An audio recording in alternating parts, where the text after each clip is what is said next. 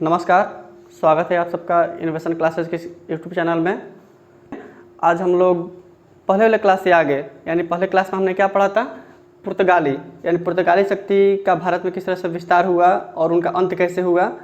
आज हम भारत में आने वाले दूसरी यूरोपीय शक्ति जो कि डच थे, उनके बारे में पढ़ेंगे। ठीक है, तो आप यहाँ पर हेडिंग देखिए, हमारा क्या है, डच, हॉलैंड, नीदरलैंड। देखिए, डच जो थे ये हॉलैंड या नीदरलैंड के रहने वाले थे। एक छोटा सा देश है यूरोप में, आप देखिएगा तो अभी बहुत आज़ाद हुआ था बहुत जल्दी ही, और काफ़ी जल्दी मतलब विकास किया इसने। ठीक है, तो डच जो थे पुर्तगालियों के आने से पहले ये क्या कर रहे थे। ठीक है, तो पुर्तगालियों के आने से पहले भी डच पुर्तगालियों के सहयोगी ही थे। डच भारत एशिया व्यापार में नहीं बल्कि वहाँ पर कैसे, इसको देखते हैं। भारत आने से पहले डच पुर्तगालियों क्या थे, सहयोगी थे। कैसे, पुर्तगाली क्या करते थे, दक्षिण एशियाई द्वीपों से और भारत के दक्षिणी भाग से मसाले का व्यापार करते थे ना मेनली, तो मसाले उठाकर कहाँ ले जाते थे, पुर्तगाल की राजधानी लिस्बन में, पुर्तगाल की राजधानी लिस्बन में। और लिस्बन से जो डच थे वहाँ से डच व्यापारी इसको एंटवर्प ले जाते थे, जो वर्तमान बेल्जियम के नाम से जाना जाता है। ठीक है, तो पुर्तगाली व्यापारी का मेन काम क्या था, दक्षिण एशिया से सामान को यानी माल को कहाँ पहुँचा देना, लिस्बन, और लिस्बन से डच व्यापारियों के थ्रू, उनके माध्यम से इसको पूरे यूरोप में फैला देना। ठीक है, इसके अलावा पिछले क्लास में हमने एक क्वेश्चन शायद छूट गया था, मिस हो गया था, वो था कि केप ऑफ गुड होप, इसकी खोज किसने की थी। अक्सर ये क्वेश्चन पूछा जाता है कि केप ऑफ गुड होप का खोज किसने की थी। ठीक है, तो उसका खोज हुआ था 1487 ईस्वी में बार्थेलियम डियाज। किसने किया था, बार्थेलियम डियाज, यानी उत्तम आशा अंतरिक्ष की खोज किसने की थी, बार्थेलियम डियाज ने।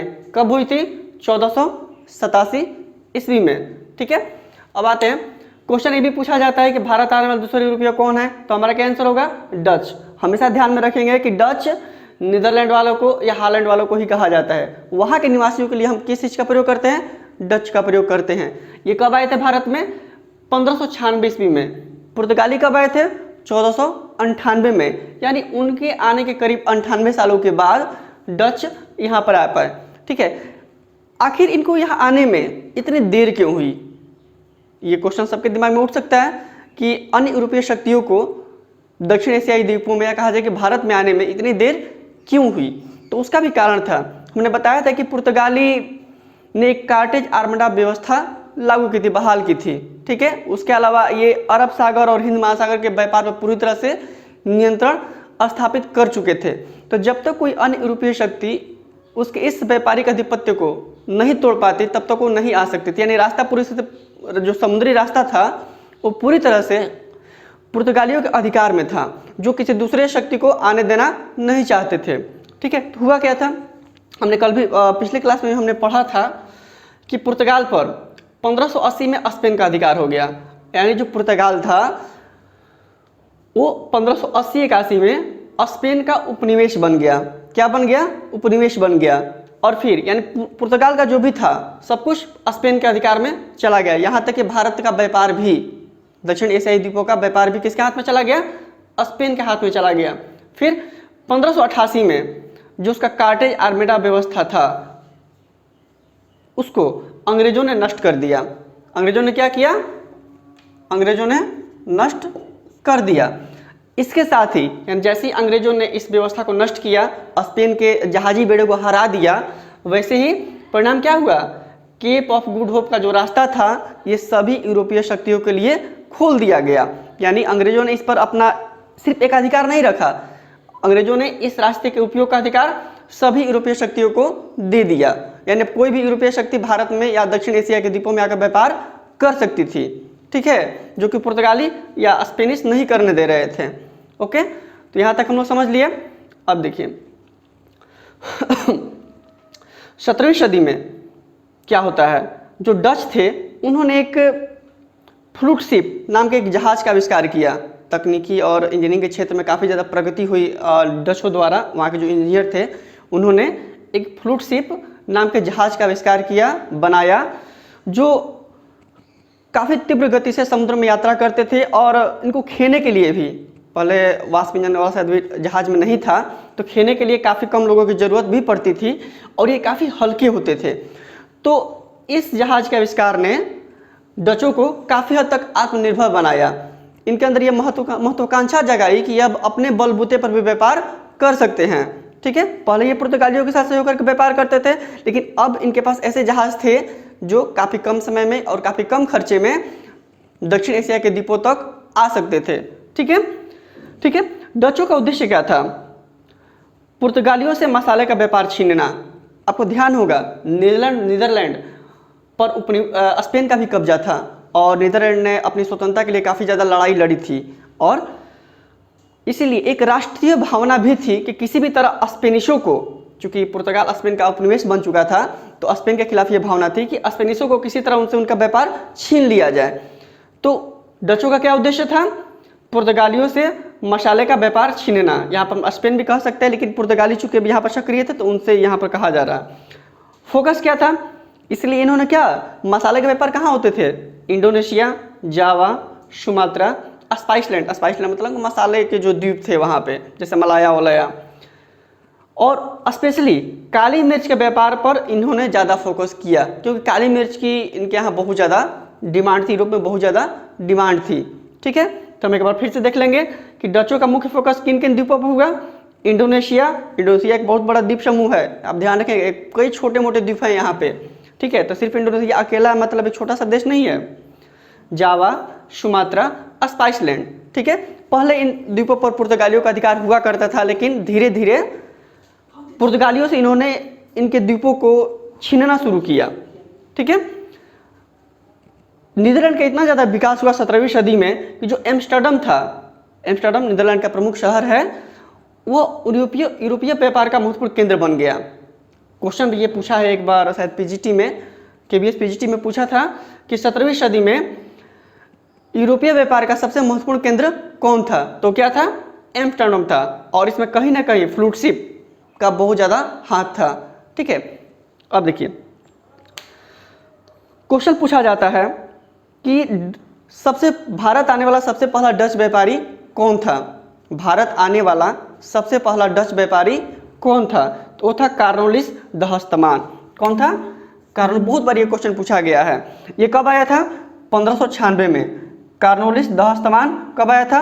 1596 में। कहीं कहीं इसको द हाउटमैन भी लिखा जाता है।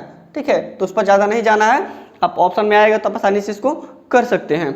तो कार्नोलिस द हस्तमान 1596 में भारत आया था। ठीक है, कहाँ पर आया था ये सबसे पहले? तो एकदम प्रमुख तौर पर भारत में नहीं आया था, ये भारत के दक्षिणी भाग यानी जो सुमात्रा और बेटविया, जिसे आज हम जकार्ता के नाम से जानते हैं, जो इंडोनेशिया की राजधानी है, ये वहाँ पर आया था। और हम देखते हैं कि बाद में बेटविया यानी कि जकार्ता डचों का पूर्वी एशिया का मुख्य केंद्र बनता है, यानी मुख्य व्यापारी केंद्र पूर्वी भाग का कौन बनता है?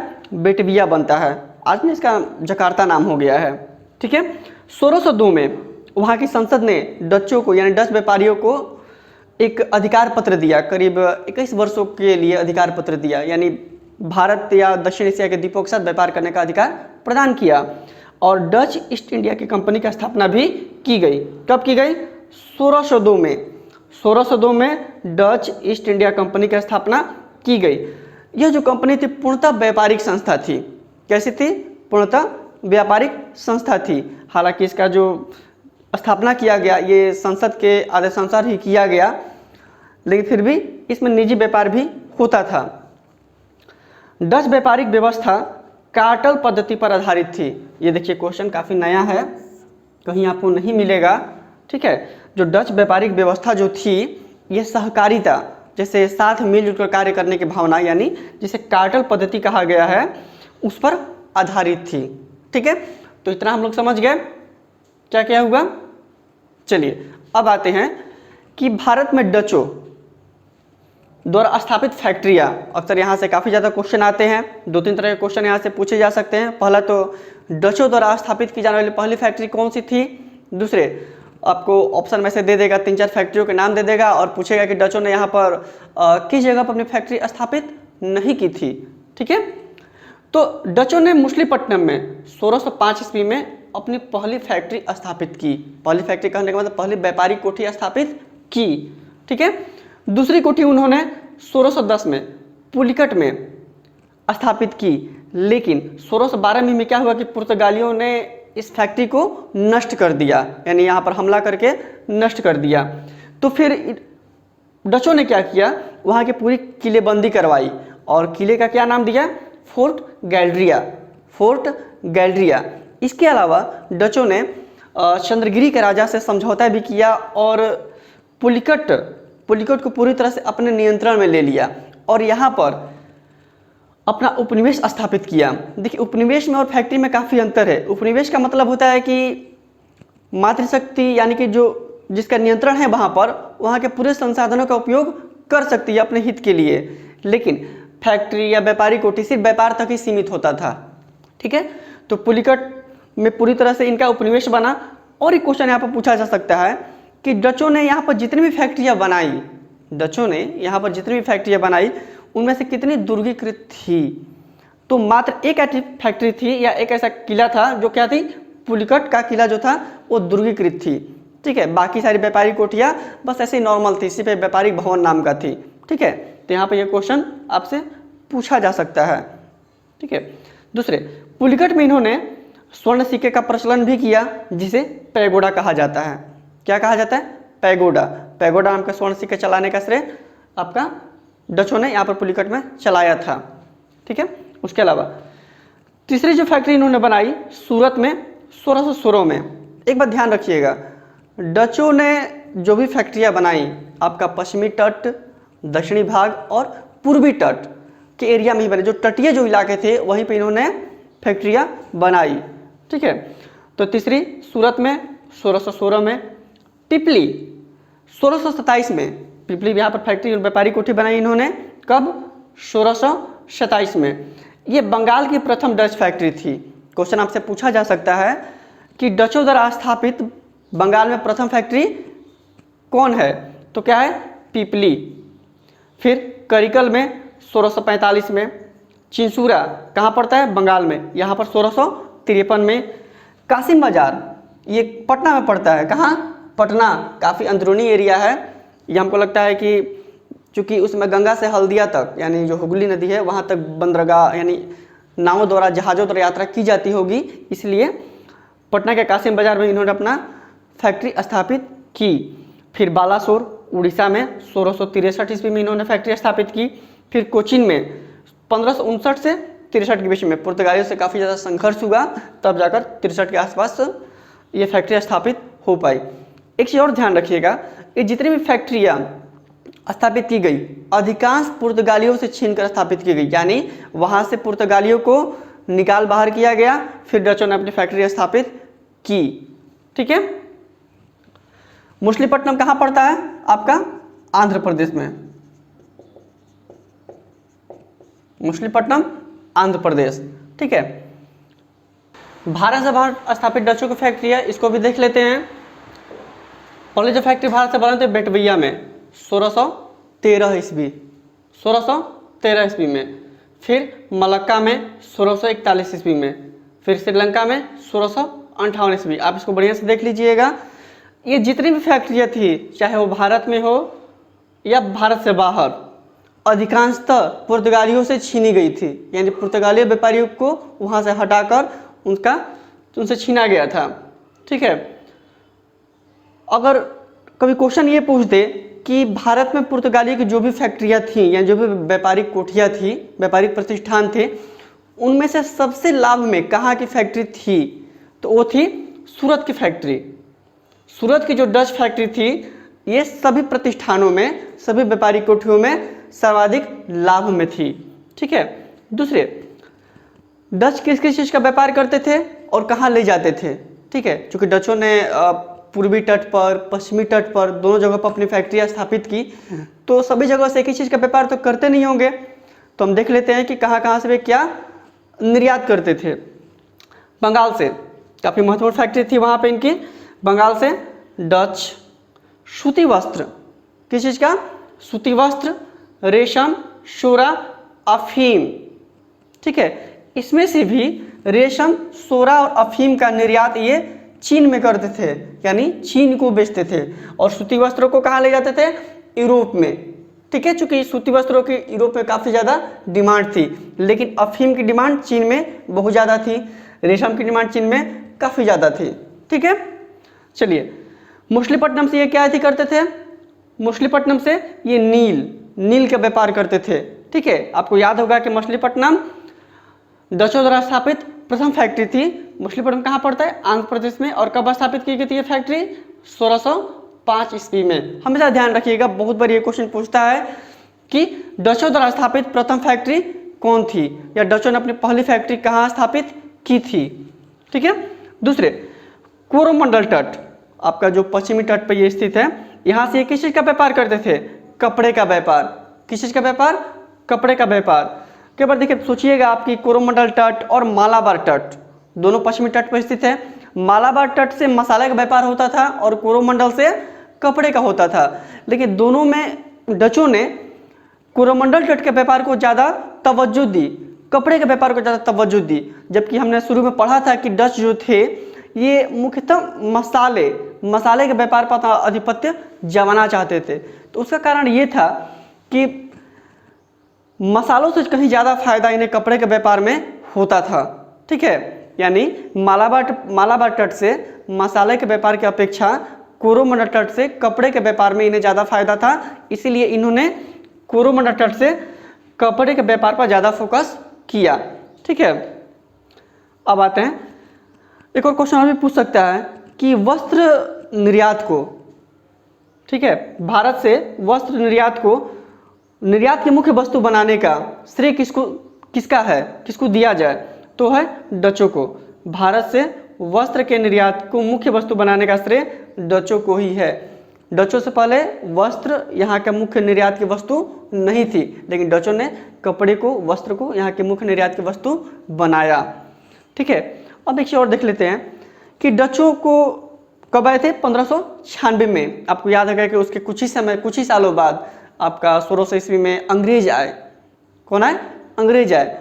तो डचों के भारत में दो ही प्रतिद्वंदी थे, एक थे आपका पुर्तगाली और दूसरे अंग्रेज। पुर्तगालियों को तो हमने देखा कि किस तरह से इन्होंने आगे कर दिया, पुर्तगालियों के विरोध में अंग्रेज भी थे, लेकिन डचों का एक सबसे शक्तिशाली जो कहा जाए जो व्यापारी थे, अंग्रेज व्यापारी थे। ठीक है, तो अंग्रेजों के साथ इनका कैसा संबंध था? बहुत ही अच्छा संबंध तो नहीं था, और खास तौर पे एक घटना के बाद ये संबंध और भी खराब हो गया, और उस घटना को हम अम्बोयाना की घटना के नाम से जानते हैं। किस घटना से? अम्बोयाना की घटना के नाम से जानते हैं। ये घटना 1623 ईस्वी में घटी थी। कब घटी थी? 1623 ईस्वी में। डचों ने क्या किया था कि अम्बोयाना में 10 अंग्रेजों और 9 जापानी लोगों को मौत के घाट उतार दिया था, यानी नृशंस तौर पर हत्या कर दी थी।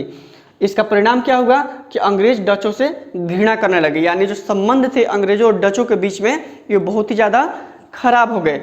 और उसका आखिर में संघर्ष होते होते आखिर में परिणति कहाँ पर हुई? 1759 ईस्वी में, जब बेदरा में एक युद्ध होता है डचों और अंग्रेजों के बीच में, जिसमें डच पराजित हो जाते हैं। और अंग्रेजों ने बहुत ही जल्द 1795 में धीरे धीरे करके डचों को भारत से पूरी तरह से बाहर कर दिया। इस तरह से डच भारत से पूर्णतः निष्कासित कर दिए गए। किसके द्वारा? अंग्रेजों के द्वारा। तो अंग्रेजों और डचों के बीच में जो निर्णायक युद्ध हुआ था वो कहाँ हुआ था? बेदरा में। कब हुआ था? 1759 में। बहुत बार ये क्वेश्चन पूछा हुआ है। क्वेश्चन ऐसे भी पूछ सकता है कि बेदरा का युद्ध किसके किसके बीच में हुआ था? तो डच और अंग्रेजों के बीच में। इसमें कौन पराजित हुआ? तो डच पराजित हो गए। ठीक है, और क्वेश्चन ये पूछेगा कि डच भारत से पूर्णतः कब निष्कासित किए गए? तो 1795 में। ठीक है, अब आइए हम थोड़ा सा देख लेते हैं कि डचों का पतन यहाँ से क्यों हो गया। डचों का पतन भारत से क्यों हो गया? हमने पुर्तगालियों का पतन के बारे में पढ़ा था कि सरकारी कंपनी थी, सरकार का नियंत्रण था। ठीक है, तो डचों का भी यही हाल था। ये तो पूर्णतः एक व्यापारिक संस्था थी, लेकिन इस पर भी सरकारी नियंत्रण था। जो इसके अधिकारी थे वे निजी व्यापार भी करते थे और अपने सरकारी व्यापार पर उस पर बहुत ज़्यादा ध्यान नहीं देते थे। ये निजी व्यापार पर भी बहुत ज़्यादा ध्यान देते थे और भ्रष्ट भी थे। कैसे थे? भ्रष्ट थे। दूसरे, जो अम्बोयाना की जो घटना हुई थी उसके बाद से सभी यूरोपीय शक्तियाँ इनसे काफ़ी ज़्यादा घृणा करने लगी थी, ठीक है। और अंग्रेजी नौसैनिक श्रेष्ठता एक बहुत ही बड़ी बात थी। हमने बताया था कि डचों के विकास में, उनके व्यापार के बढ़ोतरी में सबसे ज़्यादा हाथ था फ्लूट शिप का। फ्लूट शिप क्या था? एक हल्का और तीव्र तेजी से चलने वाला जहाज़ था। लेकिन बाद में अंग्रेजों ने जो जहाज़ बनाए, ठीक है, वो डचों के जहाज़ से बहुत ही ज़्यादा ताकतवर थे। पूरे हिंद महासागर और अरब सागर के व्यापार पर धीरे धीरे अंग्रेजों ने अपना अधिकार कर लिया, क्योंकि वे ज़्यादा सक्षम साबित हुए, ठीक है। तो आज की क्लास में हमने क्या क्या पढ़ा? डचों के बारे में। भारत में सबसे दूसरे आने वाले कौन थे? डच थे। कब आए थे? 1596 में, ठीक। अगले क्लास में हम लोग अंग्रेजों के बारे में पढ़ेंगे, तीसरे क्लास में। इसका पार्ट 3 आप जरूर देखिएगा। और अगर आपको कोई क्वेरी हो, क्वेरी मतलब कि अगर आपको किसी क्वेश्चन पे कोई समस्या उत्पन्न हो रही हो तो उसके बारे में भी आप कमेंट कर सकते हैं। हम उसका निवारण करने की पूरी कोशिश करेंगे और आपके सुझावों का स्वागत होगा। अगर कोई कमी हो तो आप सुझाव दे सकते हैं, ठीक है। नहीं तो अगर आपको हमारा वीडियो पसंद आया तो आप लाइक करें, शेयर करें, सब्सक्राइब करें, अपने दोस्तों को सजेस्ट करें, ठीक है। थैंक्स, धन्यवाद।